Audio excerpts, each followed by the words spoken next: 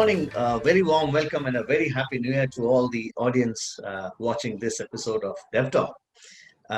DevTalk, as you know, is a monthly talk show which is curated by DevInsights, where we invite policymakers, social intervention specialists, thematic leaders, innovators to come and share their learnings and experiences who have made significant contribution in the field of social development.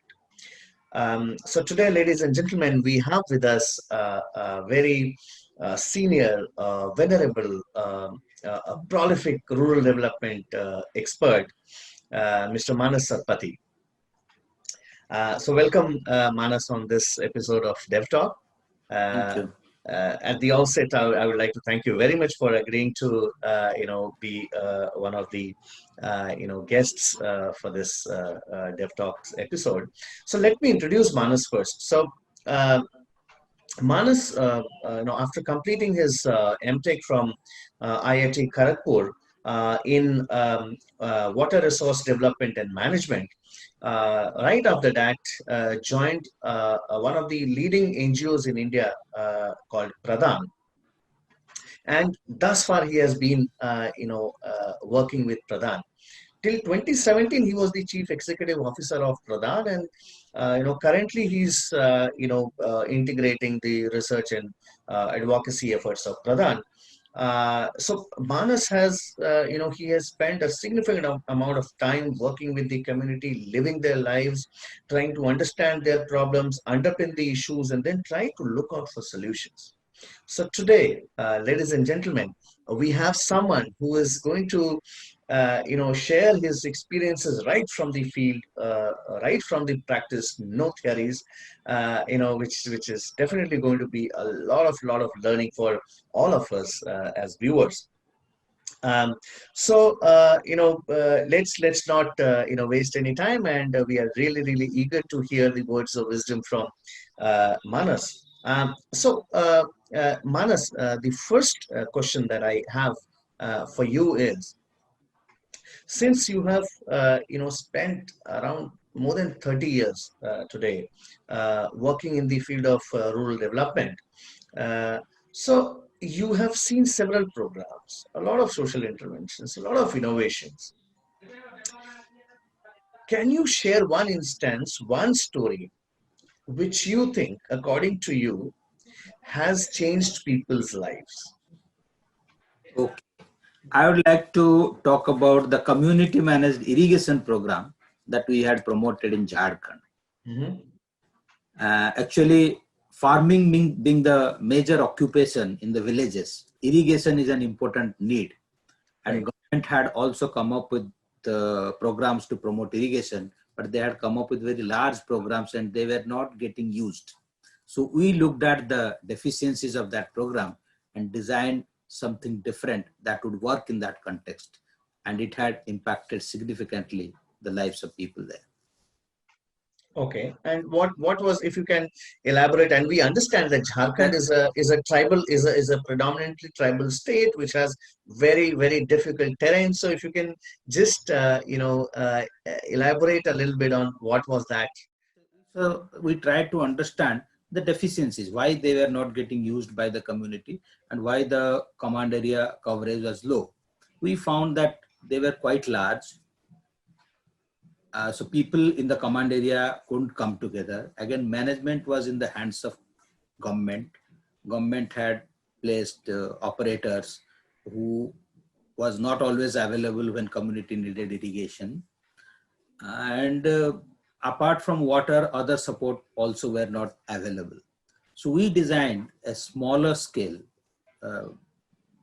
maximum involving 20-30 people so that they can manage the scheme better. Then we also focused on enhancing their returns from kharif crops by introducing modern practices so that they will have surplus when they go for the second crop. Otherwise, they generally were migrating. So we also tried to understand the livelihood patterns, because after kharif, they generally migrate for wage earning and again come back in the next season. So we tried to focus on increasing the yield of kharif crops so that they can continue staying in the village and invest a little also for the next crop. So then we also involved both men and women. That time women were hardly getting trained by the government functionaries. Otherwise, women carry out most of the agricultural operations. So we included them in all the capacity building events because they were carrying out the operations. And then community, means all the land owners in the command area were involved in planning, using and maintaining the assets. And the last component we added was to help them access inputs, agricultural inputs at the right price, at the right time, and also market their produce to fetch a better price. So all this together actually didn't happen in a single year. Gradually, we were taking one step, then we were learning and evolve. Yeah. the other gap, and the program evolved. Yeah. But it had significant impact. Actually, subsequently, when Indira Gandhi Institute of Development Research did an evaluation of our programs, they found this program and community and smallholder poultry program to be to have maximum impact on livelihoods. And roughly, this would have impacted how many lives? I mean, tentatively? Around 10,000. Okay, and that's pretty sizable. Then it got expanded under major government programs. That time, the Bihar Development Project also came in from World Bank to Jharkhand. Okay. So they identified this to be a program to be replicated under that. Okay, that's wonderful. That's wonderful. So based on the learnings from this program, the government scaled it up and sort of adopted. That's wonderful. So, Mayur, if you see the entire ecosystem to run a rural development program in an efficient manner, you require the right kind of skills and capacities and technologies today. Do you think in India we have the right skills, capacity, and technology to address some of the gaps that we have in terms of rural development today? Yeah, when I came in 1990, that time and skills really were a missing link in the sector because educated people were not coming to the villages to work. Right. Now, because of many NGOs' efforts, also government's effort to get qualified people to work in the villages, such people are available. So that is the change which has happened. So knowledge is available and they are quite skilled also to train villagers to adopt modern practices. However, apart from knowledge transfer methodologies are also important. Correct. So when the methodology assumes that people are able, so they are kept at the receiving end, then the use of knowledge is affected. So what is most important today is the attitude. So with what attitude these knowledgeable people are engaging with the villagers. Community, yes. Yeah, community. And so knowledge again is not static. It has to evolve again through practice. Right. Works in one context may not be the right solution for another context. Absolutely. One size fits all theory doesn't work in social development at all. Yes. So in the given context, the knowledge has to be applied to evolve the right knowledge for that context. Yeah. For that, community needs to be in the driver's seat. When in non-governmental interventions, they are kept at the receiving end. So they just have to listen and apply that without evaluating it, without adding their traditional knowledge to it. And it really knowledge is underutilized, I would say. And this is a very serious threat also to the sustainability of an intervention, you see, because if you don't have the buy-in of the community, it will not sustain, as we say. Yes. So they are no less capable than any one of us. Absolutely. Perhaps more knowledgeable, the indigenous knowledge. They have dealt with their issues for years. Absolutely. Also have some knowledge that is very important for that context. Absolutely. Only when their knowledge and modern knowledge interact to evolve the right knowledge for that context. Precisely. It will work. Yeah. And that way what also we do, we make community be in the driver's seat and be in charge of the change. Right. Then they can take up the next step, they can go for the next linkage, and they will be in charge to change their life. That is also very important in the developmental journey. How nicely put. I mean, the community must be on the driving seat, not Yeah. as one of the beneficiaries or the receivers Yes. of Yeah. a Yeah. program. Yeah. Yeah. Um, Manas, you have seen a big you have traveled a long trajectory, 30 years. That's huge, more than 30 Yeah. years, rather. How Yeah. how was it then when you started your career? You were young. Uh, if you look at the entire ecosystem again, and how is it now? Do you in terms of government support or policy or other stakeholders? Or CSR. I mean anything. How was it Yeah. then? How is it now? When I came in 1990, there were not many NGOs working on livelihoods. There were NGOs working on awareness on health, Health, yeah, education, maybe some other awareness programs, but helping community improve their livelihoods was right, mostly done by government. correct, And in government again, mostly these village level workers, they were interacting with the villagers, correct, and they were learning. I think they were getting trained by agriculture universities or other institutions, and they were interacting with the communities to right, improve their livelihoods. right. So, adoption of scientific practices was quite low that time. Okay, okay, Yeah, yeah. And government programs were there, like irrigation was a major program. However, wells were promoted. Million well scheme was a major program. But in hilly area, each well, even though that time, I think construction cost for each well was 30,000 rupees, it was covering only half an acre of land maximum. So right. it was low. So that is why we came up with this idea of community managed Mm-hmm. irrigation schemes Irrigation, yeah, to yeah. have better return on investment. Mm-hmm. So there is a huge scope to improve the efficiency of government programs. Mm-hmm.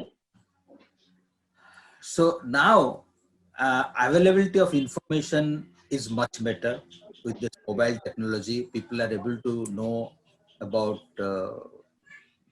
latest developments, even if they are not able to adopt, but at least they are coming to know about it.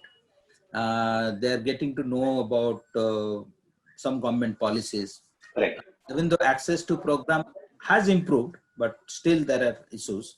But they are knowing about the government programs. They are able to go to their panchayat office. That time panchayats also were very weak. Now also they are not at the desired level, but yes, they're accessible. Right. So the major task now is that people have adopted improved technologies, but the question is now we have to help them focus on conservation and sustainable practices. That is the major issue now. Right. Yeah. Like if you see water use, irrigation, but then what China produces with the same amount of water, India produces 1/3 of that. That means India uses 3 times than China for producing anything using water. 3 times water it uses for any production. That is the situation now. So, and water availability has reduced drastically. And so that is the major issue. Now, how to orient people to conserve natural resources and also adopt such practices which are sustainable. Then per Absolutely. capita land has reduced drastically. That time at least 1 hectare of land was there with most of the tribal families. It is not even an acre now. So hence productivity has to go up. Soil health has to be taken care of so that productivity can be sustained. And then irrigation is a priority. That time Mm-hmm. the irrigation was getting promoted besides the river. We can't go by that. Now every farmer needs land under irrigation. Yes. So we have to go for multiple approaches. That time only if you have a river or groundwater is good, irrigation is possible. Now we have to harness the rainwater. At least in this central India tribal area, which is most underdeveloped in the country today, rainfall is good. So the rainwater has to be the major source to help people go for second crop. So we are promoting this integrated natural resource management to ensure every farmer at least part of his or her land under irrigation, to bring part of his or her land under irrigation. So Right. that's the priority now, how every farmer can have access to irrigation. Literacy has increased, and with that aspirations of people also has gone up. Yes. When the aspiration has gone up and they are not getting the right opportunity in the villages, so they are migrating. So migration has increased significantly over these years. Right. Very low when I came in, but now it is quite significant. But it has not changed their life much because they are mostly going for on-skilled jobs or jobs that require low skills. Yes, exactly. Their growth potential is very less. Yes. They are basically hired for the physical level. So once you get old, you are not required because more youths are also coming in. And Yes. because you are not much skilled, so there is no growth also there. So many people, after say they reach 40, 45, they return to the villages and without having much to do. Correct. Generally, they go for a rice mill or something with the accumulation they have. So that's the thing. So how can they be skilled to really access the opportunities urban areas offer? One needs to see that. So and also they have to see opportunities in the rural area also. Correct. Because we have to visualize a much better life in rural areas. And for that, a lot of infrastructural development can be done in the rural areas, and that can employ a lot of youths. They don't need to migrate to distant places. But of course, their capacity building is important, and that has to be focused. So absolutely. I mean, the landless or farmers or the youth who have high aspirations, but they don't have resources. They are migrating. But then recently, due to this pandemic, we have seen the shift of focus where all these workers there is high in migration. They're coming back to their villages. How long that's going to be, we don't know really. That time will only Yeah, tell. But now they don't have resources. There are no opportunities in the rural areas. Look at the states like Bihar and UP, from where you have the sizable number of workforce that migrates. right. What according to you at the rural level, from the rural development lens, can be done to deal with this situation? Actually, if all of them have to continue in the village, it will be a huge challenge because the carrying capacity is not that much today. Mm. A lot of investment has to go to really increase the carrying capacity of the villages. Hmm. So it is really a very difficult situation if they don't return to their jobs. The They're jobs, also yeah. quite scared. They're also quite scared. What they had to go through during this pandemic is really Absolutely. painful. So Yeah. many of them are scared. They have not returned to the Mm. as far as I know. Mm. So demand for employment is quite high. Yeah. Government has done it right that they have focused a lot. They have increased the allocation under MGNREGS and they have focused a lot to provide jobs. But they also have to increase the number of days of employment under the scheme, and they also have to provide more cards to these people who have returned. Hmm. So employment generation under MGNREGS we see is a major Yeah. opportunity, not only to provide employment, but also to create durable assets, which again can provide them opportunities to earn livelihoods. Hmm. Uh, so we have introduced a model in West Bengal and Chhattisgarh, Hmm. how villages can be helped to make their plans so that everybody's livelihood is focused.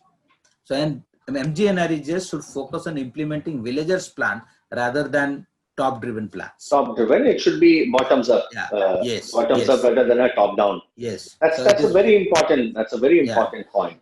Yeah.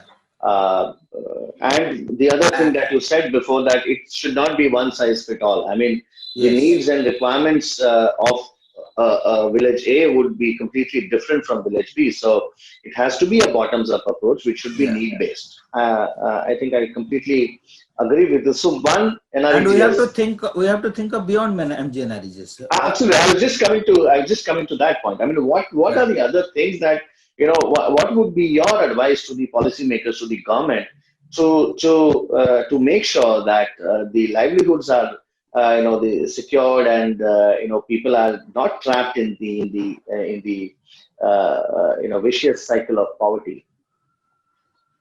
The most important thing now for government to focus on, which has been ignored for years now, is to strengthen local governance.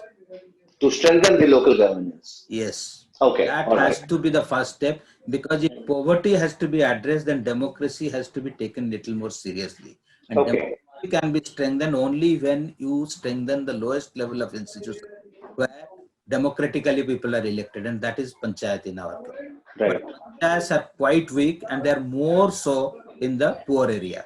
Correct. So they have to focus so that people will have access to their representatives. They can participate in the Gram Sabha and influence the decisions that affect them. That process is very important. We have PESA, we have all these things, but still local governance is very weak in most of the poverty pockets. So people have to be helped to decide for themselves, and that process has to be strengthened. Resources are recently getting allocated. 14th Finance Commission and 15th Finance Commissions have allocated resources. So that process has to be strengthened in coming, say, 5 years, so that local people plan the utilization of resources, and they will take the responsibility of ensuring well-being of all. They will take charge of conservation of the resources, everything. They will be in charge. Government's job will be to assist them in implementation of absolutely. Their, Just role of the facilitator. Yes. Yes, absolutely. Okay, so Manas, the CSR has, they are mandated to do, some developmental work. Yes. So do you have some suggestions, some advice for the CSR also, so that because for CSR it should not be just like a philanthropic activity, but it should be such that it is actually improving the quality of life for people, and they are actually able to bring out change in the lives of the people. Yes, it should not be linked to the business goals. Absolutely. Very difficult for corporates to separate it. Yeah. Anyway, I would like to suggest that they should not again plan projects in isolation. Indian government is today, I think, investing around 3 lakh crores a year for different poverty alleviation programs. Right. And efficiency can be significantly improved in all those government programs. Correct. Instead of again thinking of some project in isolation for development by using CSR, if CSR funds can complement government's efforts to chip in with the missing links, like involvement of NGOs is understood to be very crucial, at least in in extremely poor pockets. So if their cost can be provided by them, if training costs can be, because government has limited resources sometimes to build the capacity of local people to and implement. So if training funds can be supported, some technologies can be brought in by them for better training of the people, like community. One thing I would like to mention, like access to weather forecast. That itself can save a lot of money for the farmers. Absolutely. Help them take the right step at the right time, but we have not been able to do it. So if CSR money can be used to help farmers access weather information every day, then that will help them a lot to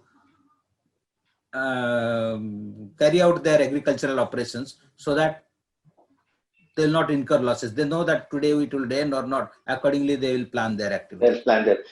In fact, I would like the CSR money to complement government's efforts to make the programs more impactful, rather than conceiving programs in isolation. Anyway, yes, money will be too less to reach many people. right.